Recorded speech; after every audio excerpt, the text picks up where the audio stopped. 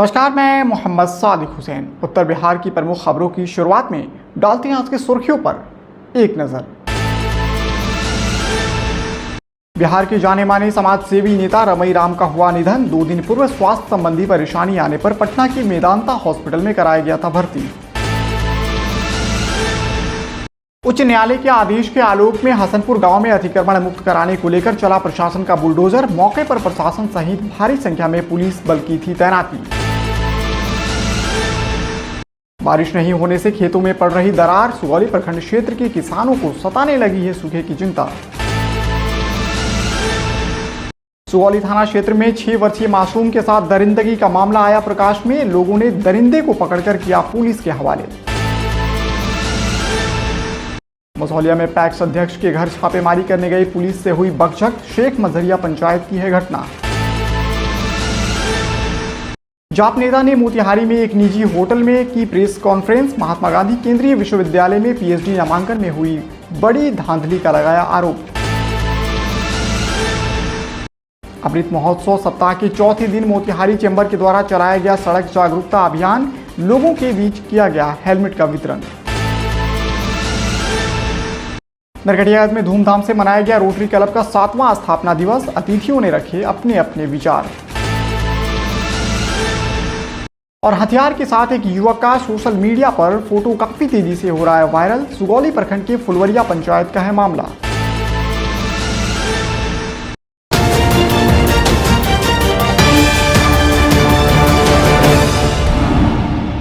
Bulletin की शुरुआत आज की बड़ी खबर से करते हैं। बिहार की राजनीति के गलियारे से आज एक दुखद खबर सामने आई है। आपको बता दें कि बिहार के जाने माने समाज सेवी नेता, पूर्व मंत्री और 9 बार विधायक रहे रमई राम अब हमारे बीच नहीं रहे।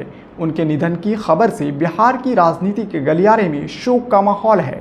बताया जाता है कि 2 दिन पूर्व ही उन्हें स्वास्थ्य संबंधी परेशानी आने पर पटना के मेदांता हॉस्पिटल में भर्ती कराया गया था, जहां उन्होंने अपनी अंतिम सांस ली है।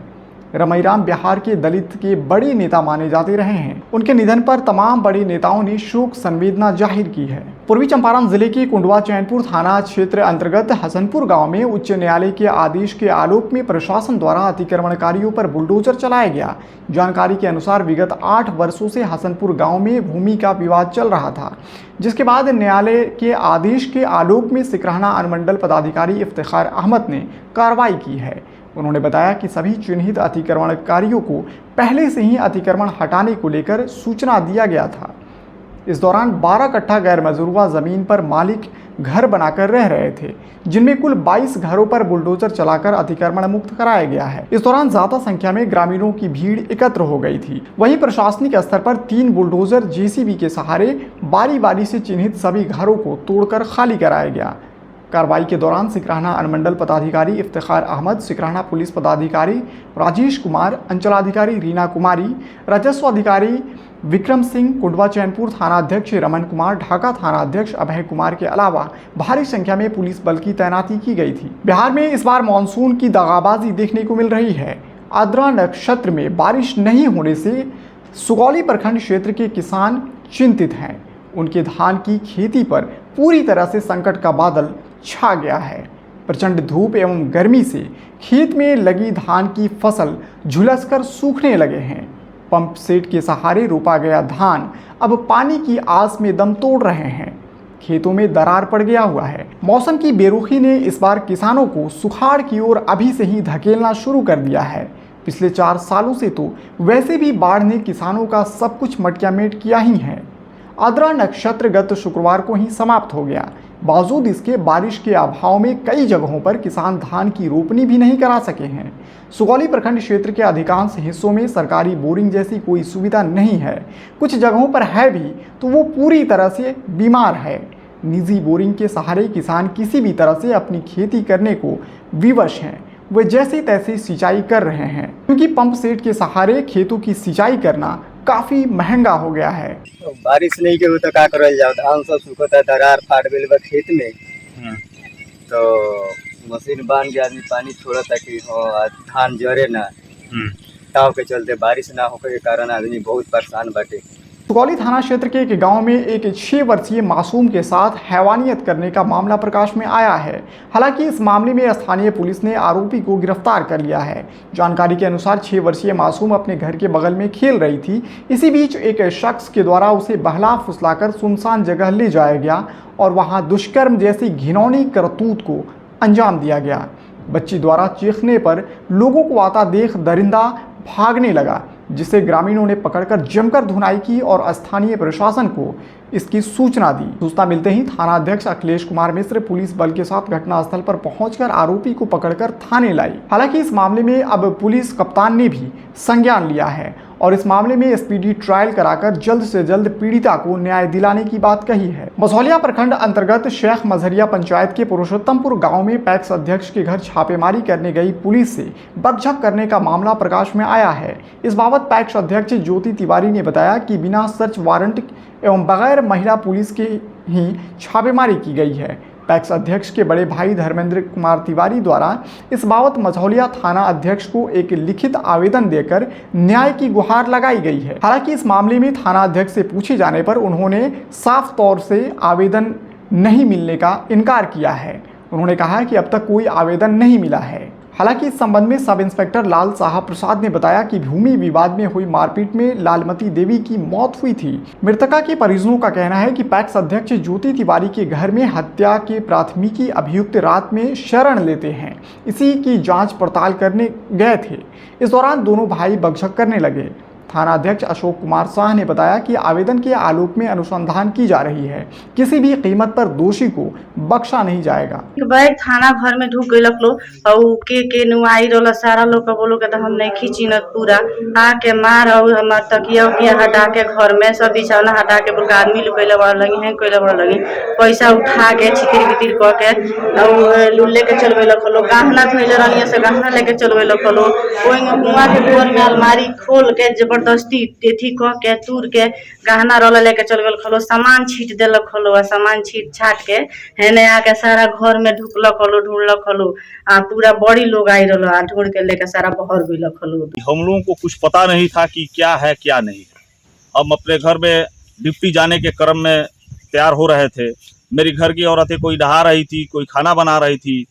तब तक अचानक पुलिस का गाड़ी आया और मेरे घर में बिना लेडीज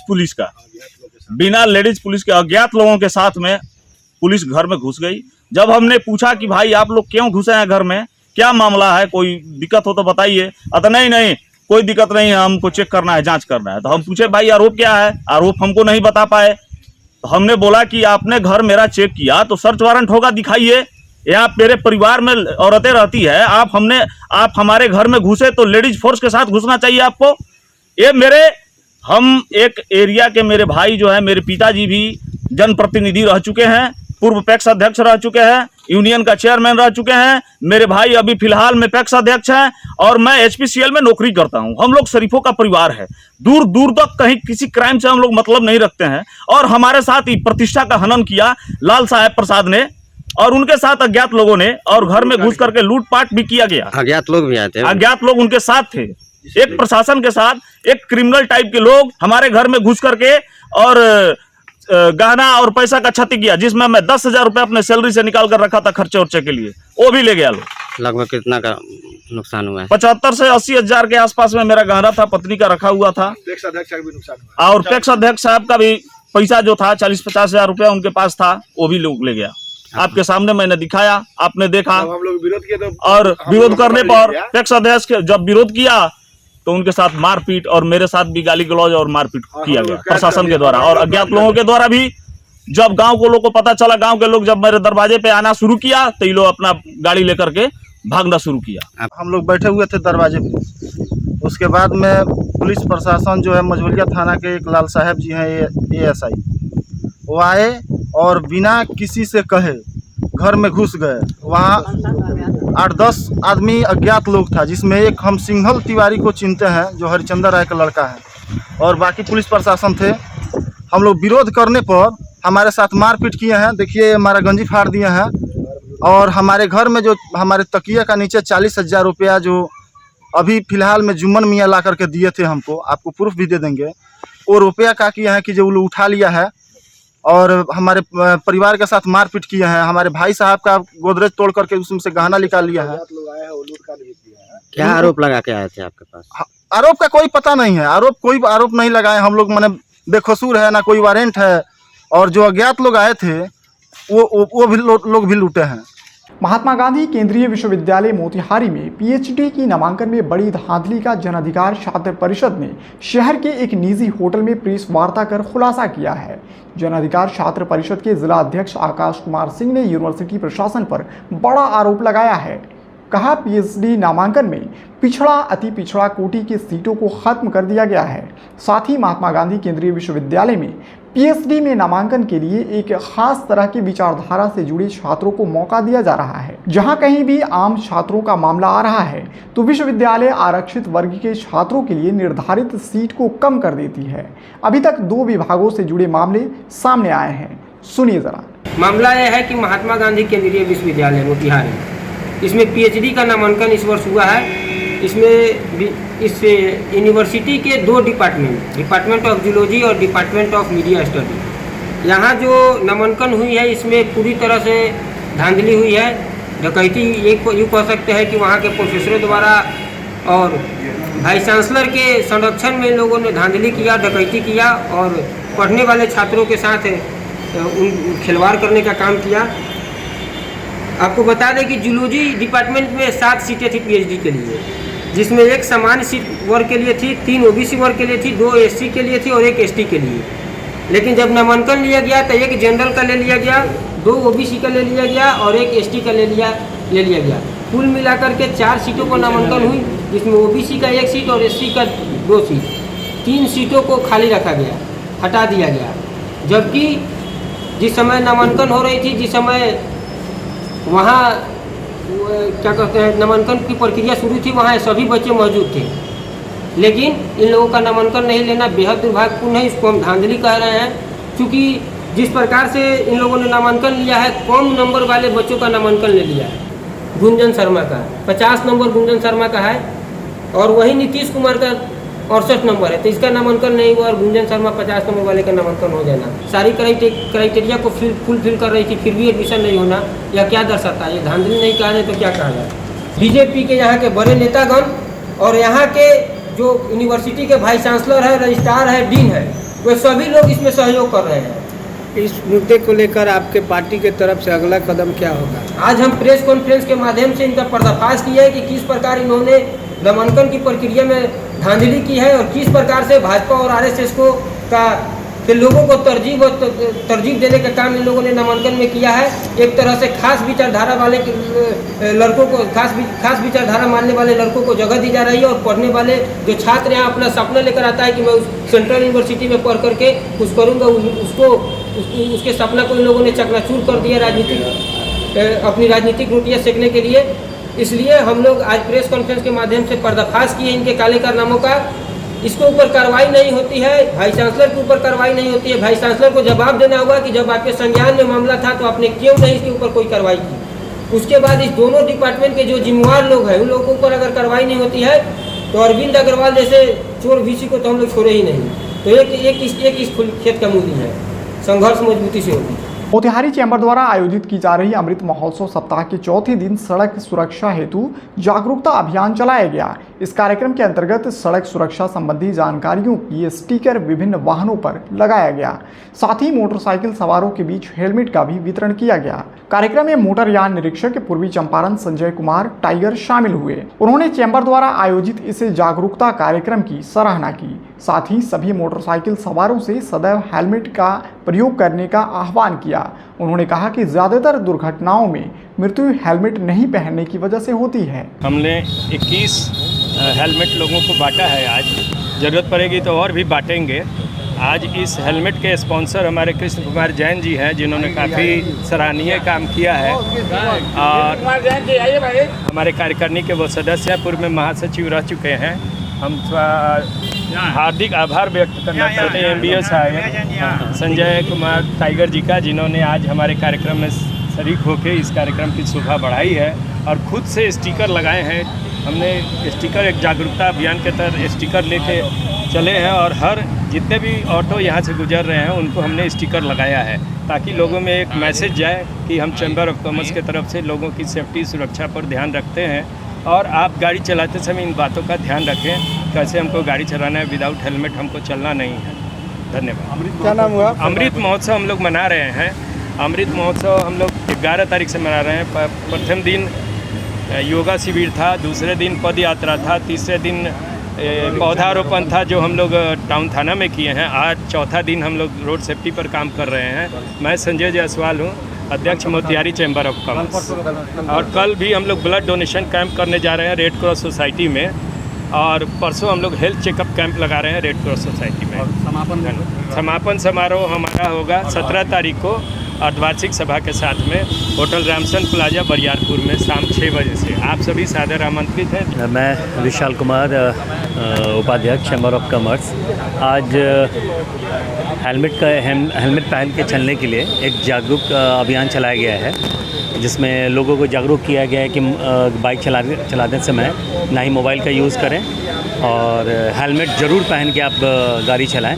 इसके बारे में चैम्बर ऑफ कॉमर्स की तरफ से हेलमेट भी बांटा गया है, 21 हेलमेट बांटा गया है। और ये अमृत महोत्सव के तहत ये सारा कार्यक्रम हो रहा है।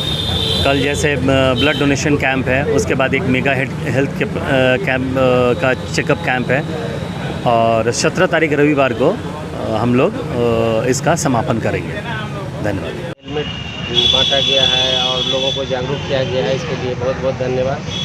ये यहाँ के जनता को, लोगों को जो नई यातायात के नए नियमों के बारे में जानकारी दे रहे हैं ताकि लोगों को एक्सीडेंट नहीं हो, और लोगों को जागरूक किया जा रहा है कि हेलमेट पहने। नरकटियागंज नगर के गोपाल ब्रह्म स्थान परिसर में रोटरी क्लब का 7वां स्थापना दिवस मनाया गया। कार्यक्रम की शुरुआत राष्ट्रगान के साथ किया गया। इसके बाद दीप प्रज्वलित कर कार्यक्रम को आगे बढ़ाया गया।